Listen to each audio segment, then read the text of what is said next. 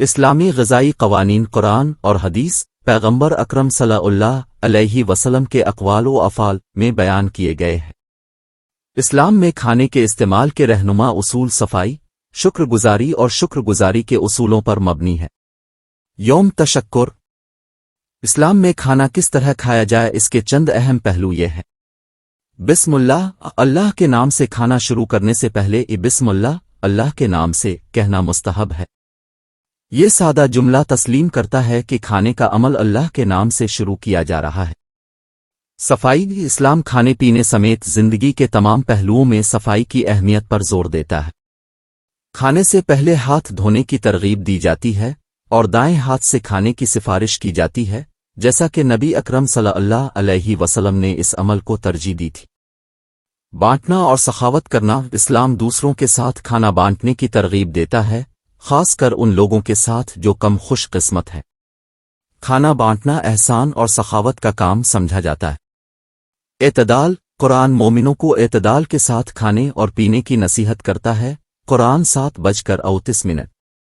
زیادہ کھانے کی حوصلہ شکنی کی جاتی ہے کیونکہ یہ صحت کے مسائل کا باعث بن سکتا ہے اور ایک شخص کو اپنی مذہبی ذمہ داریوں کو پورا کرنے سے روک سکتا ہے۔ فضول خرچی سے بچنا۔ اسلام میں کھانا ضائع کرنے کی سختی سے حوصلہ شکنی کی گئی ہے۔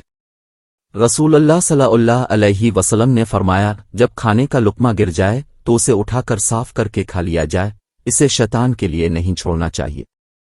صحیح مسلم۔ دعا کھانے سے پہلے اور بعد میں اللہ کا شکر ادا کرنا مستحب ہے۔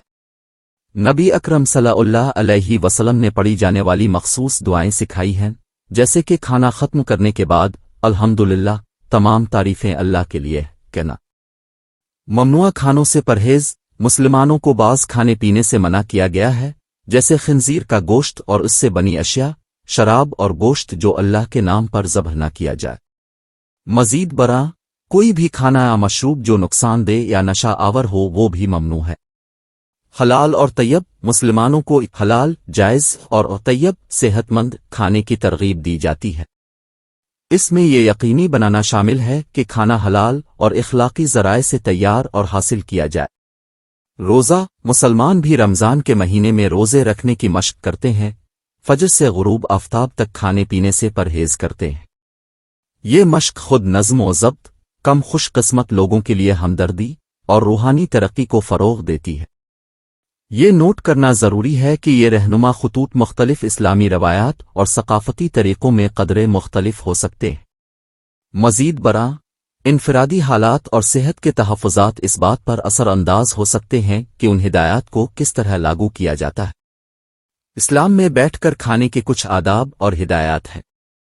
ان طریقوں کی جوڑے نبی کریم صلی اللہ علیہ وسلم کی تعلیمات میں ہیں اور انہیں اچھے اخلاق اور حفظان صحت کا حصہ سمجھا جاتا ہے۔ یہاں کچھ رہنما خطوط ہیں۔ اللہ کے نام بسم اللہ سے شروع کریں۔ کھانا شروع کرنے سے پہلے بسم اللہ، اللہ کے نام سے کے جملے سے شروع کرنے کی سفارش کی جاتی ہے۔ بیٹھنا۔ کھانا کھاتے وقت بیٹھنے کی سفارش کی جاتی ہے۔ رسول اللہ صلی اللہ علیہ وسلم سے روایت ہے کہ آپ نے فرمایا، میں ٹیک لگا کر نہیں کھاتا۔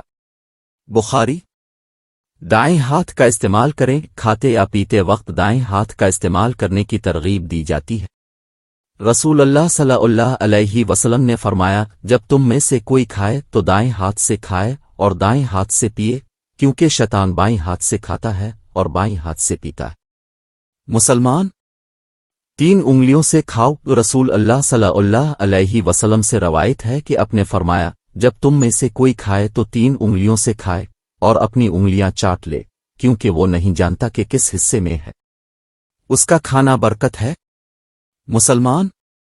ہر کاٹنے سے پہلے بسم اللہ کہنا۔ ہر کاٹنے سے پہلے بسم اللہ کہنا مستحب ہے۔